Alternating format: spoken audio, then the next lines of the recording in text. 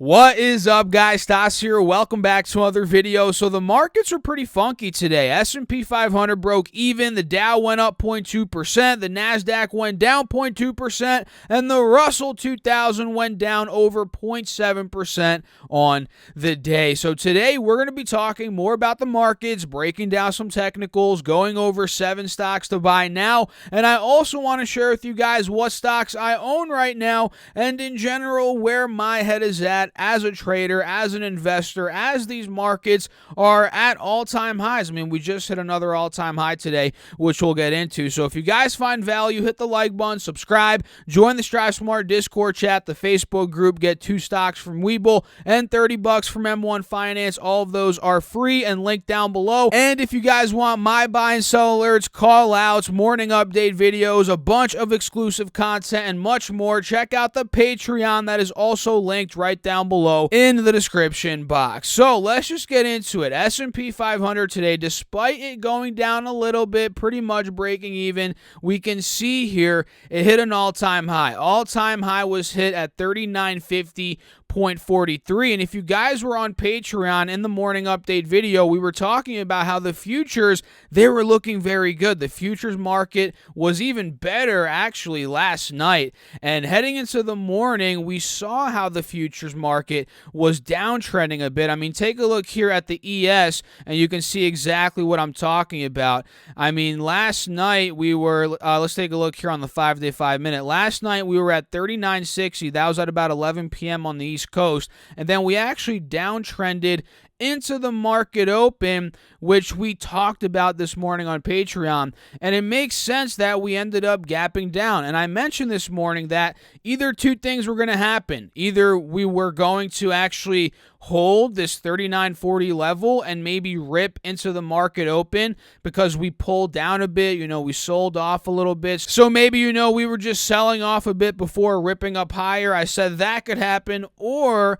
we were going to just continue this little sell-off, and it seems like that ended up happening. And going back to the S&P, you guys can see exactly what I'm talking about, right? 39.50 hit, we double top there, we dropped pretty aggressively, but overall, I'm not going to lie, based on this 5-day 5-minute, the uptrend is still holding. Take a look at that. We had a higher low hit at about 39.25 today, and at the close of the market at 39.32, we held that. That's technically a higher low as well. So for tomorrow, I mean, I'm looking to see what we do in this wedge. Do we take out the 39.40 level of resistance from 2:30 today p.m. on the East Coast? Do we break out of that and maybe go up to all-time highs again? Or do we end up breaking the support and maybe seeing some sort of little sell-off here in the short term? And if you guys remember, on this 4-hour chart, I've been talking a lot about this uptrending channel, and I said I wouldn't be surprised, although it's crazy that we've been going up and up and up and away here recently. I've said many times I wouldn't be surprised if the S&P hit 39.50 followed by 4,000, and we just hit 39.50 today. That was one of my targets. Now, will it hit 4,000? That's the million-dollar question, right? Will it go up and hit 4,000? We have to wait and see. And if it does, I mean, that's great. I mean, that's an all-time high, huge milestone, but it puts the markets at an even more overbought and honestly a more vulnerable spot. So what are your thoughts? Let me know down below in the comments your thoughts on the markets. As always, I would love to know, are you buying? Are you selling? Are you mostly in cash? Or are you mostly risk on? I mean, let me know. Drop a comment. And you might as well hit that like button. That really helps me out, and it actually pushes these videos out to more people. So that would be awesome if you did that. Hit that like button.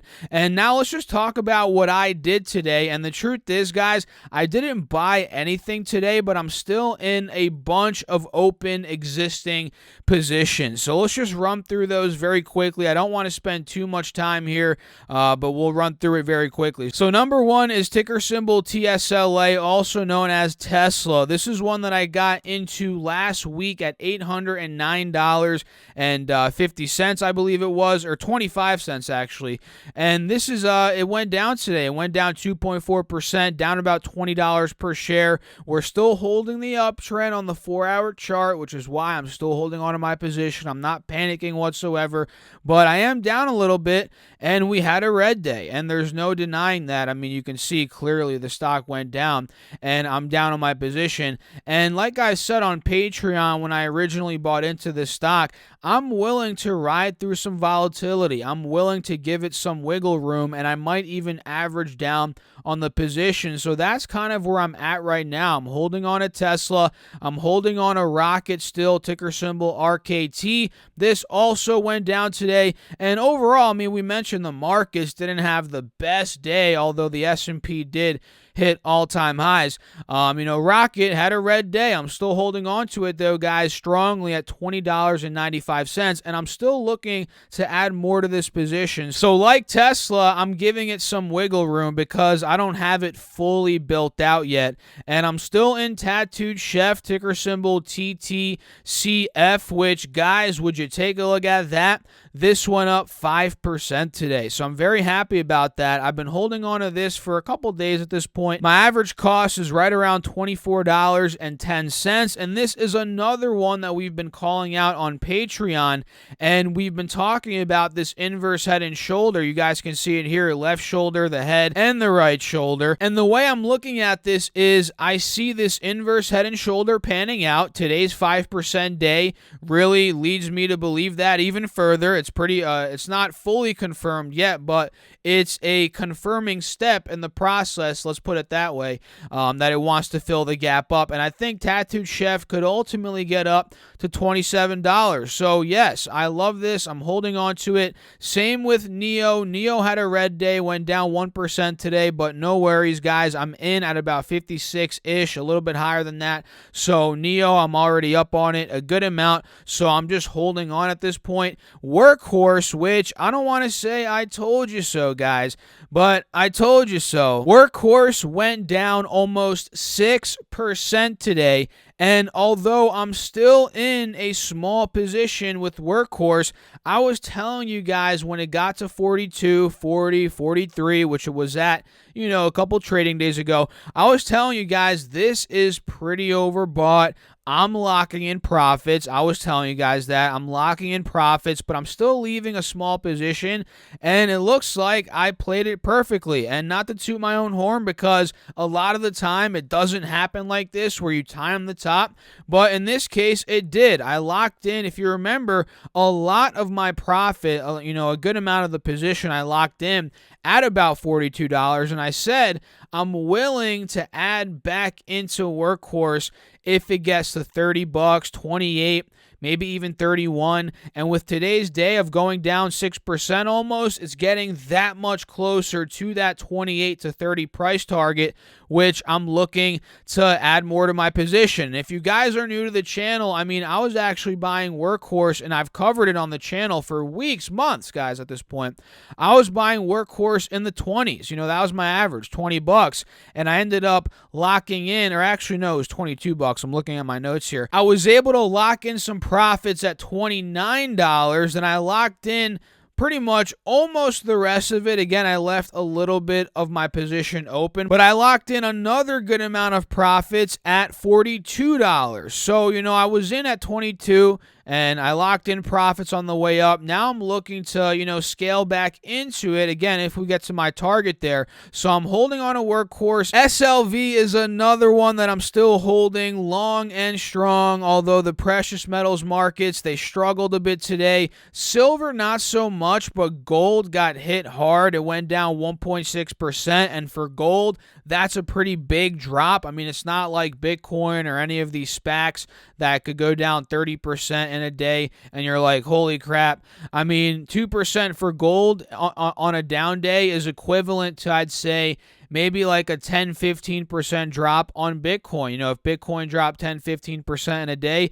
that's kind of like a 2% drop on gold. Let me know your thoughts on that down below. But I'm still holding SLV. I'm still long silver and I'm long gold, guys, to be honest. You guys know that. And SB is another one I'm still holding on to, which went down as well today, down about 2%. So what are you guys doing? Let me know in the comments. I would love to know, as always, are you holding any of the similar stocks, SPACs that I'm holding? Let me know in the comments. Or are you holding other ones? I'd love to know. So let's talk about now 7 stocks that I'm looking to buy right now, and I see a lot of potential in these. And number 1 is Zoom, and Zoom is one that we've been tracking very heavily recently, these past couple of weeks. And this is one that a lot of people are a bit skeptical about due to the whole CV, us going back to normal, quote unquote, or the new normal, whatever the heck you guys want to call it. But, people are skeptical as, businesses are opening up, schools are back in session, the V-shot is getting spread. People don't think that Zoom is going to be as strong of a company in a year or two as it is today. And you guys know the truth is I fought back against that a little bit. I think Zoom is here to stay. I think people realize, they don't have to go across the country for this business meeting or take this class there when they could just do it online over Zoom and save money, or just save time and money by just using Zoom. I think that is here to stay because we are in the age of convenience, of speed. Amazon is a perfect example of this. People want their package today. They're same-day delivery now. And Zoom, I look at that kind of similarly in a sense where you could hop on, you can talk to people, quick meeting, quick conversation, and be done with it in a more expedited fashion. And don't get me wrong, people are still going to travel, people are still going to go across the country, whatever, and have business meetings, do all that good stuff, take classes, all that nice fun stuff. But all I'm saying is that Zoom is not just going to completely go away. It's still here to stay, in my humble opinion. And we can see overall the technicals have been turning. I mean, we were in this wedge. We clearly broke the resistance of the wedge. And if you guys remember, we actually called out this inverse head and shoulder. It was a couple weeks ago, actually about 12 days ago, we called this out. It ended up panning out. We broke out of 400. We filled the gap up to 430. And I was telling you guys, 430, 432, that was a big level of resistance for us to break. And if we did break it, the next big gap to come is 475, 480. And what we're seeing as of right now is we clearly took out the resistance today. The stock went up almost $12 per share, and it went up almost 2.75%. It had a pretty strong day in the midst of an overall market that was not that great today, although the S&P at all-time highs. Again, we have to throw that in there. But yeah, I'm loving this. I'm loving the fact that Zoom broke out. Now I could see it get up to the 460s, 470s, maybe 480 plus, which could give it about 5 to 6 to 7 to 8% upside from where it is right now. And this is kind of a stock where it is a little overbought, not going to lie. It's RSI's at 71, but it could be a buy the breakout type of play where it doesn't even matter if the RSI is overbought. And let me throw this in here. Just because the RSI is overbought, guys, it doesn't mean a stock is going to go down every single time. That's not how you use the RSI. You have to use it in unison with other indicators and other price action. And sometimes the price action and the indicators outweigh the RSI. And that's kind of what I'm seeing here. I think the breakout of 430 kind of outweighs the RSI, and we could rip up even higher despite the RSI being overbought, if that makes any sense. So number one stock I'm looking at here is Zoom. And the second one is good old CCIV, which the hype is just building up with this one. And today we got some news. We got news that luxury, and by the way, this is a luxury EV maker. Luxury EV maker Lucid Motors Inc. is getting closer to a deal to go public at a roughly $12 billion valuation after veteran dealmaker Michael Klein's blank check acquisition acquisition firm launched a financing effort to back the transaction, according to the people familiar with the matter. And that news came out today on Tuesday. Obviously, if you're watching this channel right now, you know that. And we also got some insight, and again, none of this is 100% confirmed yet, but we're getting some signs. I mean, it looks like the writing's on the wall that this is probably going to happen. And we got news that this deal could actually be announced as early as this month. So we got this news today, and we obviously, if you guys didn't catch it on Fox Business, we saw the CEO of Lucid Motors. His name is slipping my mind right now, but we did see the CEO today on Fox Business, and he didn't really mention anything about the SPAC here, the acquisition, but either way, we saw the CEO, and people are looking more at this $12 billion valuation number as being a bit undervalued, and we got more hype around them actually getting to a deal, which is why we're seeing the stock go up like crazy. And I just realized I didn't even pull up the chart. You guys are looking at the Zoom chart right now. Sorry about that, but you can see here CCIV went up 31% and went up from $38 roughly at the close on Friday up to over $55, or exactly $55 per share. So this is interesting. And for me, guys, I'm looking at this as, okay, we ran up a ton today, 32% almost. I think it's a bit overbought, and I think I don't want to say for sure, but I think we are going to experience a pullback at some point this week. Maybe not tomorrow. We might run up even more tomorrow. Let's say $60. Who knows, right? If we get more. And it really comes down to the insight we get around the SPAC. And if it gets 100% confirmed, I mean, gosh, this could go up to 70. And like I said before, with Zoom, the RSI won't even matter. But if we don't get any definitive news or anything crazy come out tomorrow or the next day, we might see some profit taking. I wouldn't be surprised if we saw a little drop down to the mid 40s, low 40s before ripping up again. And I'm not saying this SPAC is dead, the stock is dead, Lucid is dead. No, I'm not saying that. I'm just saying it's overheated, and I wouldn't be surprised if it got down to low 40s, mid 40s before ripping up higher. And I mean, look at this. We could even see it selling off a bit into the after hours session, if I could talk today, guys. From 55 down to 51.80, it's already down about 6% from its high, but then again, this could very well be a bullish pattern forming, especially if we rip out of this. This could be a beautiful wedge breakout. So we have to be very cognizant of what's going on right now with this, and I for sure am. And I'm not forcing it. That's the truth. I'm not forcing it, but I'm well aware we could break out of 52, go to 55, catch a little day trade, maybe go up even higher. And I'm also well aware we could dump off and see profit taking. So I want to see how this ends up playing out, this wedge that I just drew on the intraday chart, how that looks tomorrow, if we're gapping out of it or gapping under it. So CCIV, this is very, very interesting. It's for sure the hottest SPAC out there right now. And Fisker is another one, ticker symbol FSR. They just got an overweight weighting. That's a tongue twister for you right there. They just got an overweight weighting by Morgan Stanley, and they actually increased the price target to $27 per share. And this actually came out, I think this news came out, it wasn't fresh news today. It came out, I believe, a couple trading days ago. But either way, Fisker exploded. It went up from $15. It blew past $18.30, which is huge. $18.30 was a resistance from back in the middle of September, back in the middle of November, and pretty much all the way up until now. $18.30 was a resistance. So the fact that we broke out of that, that's very strong, and we went up 2.5% today.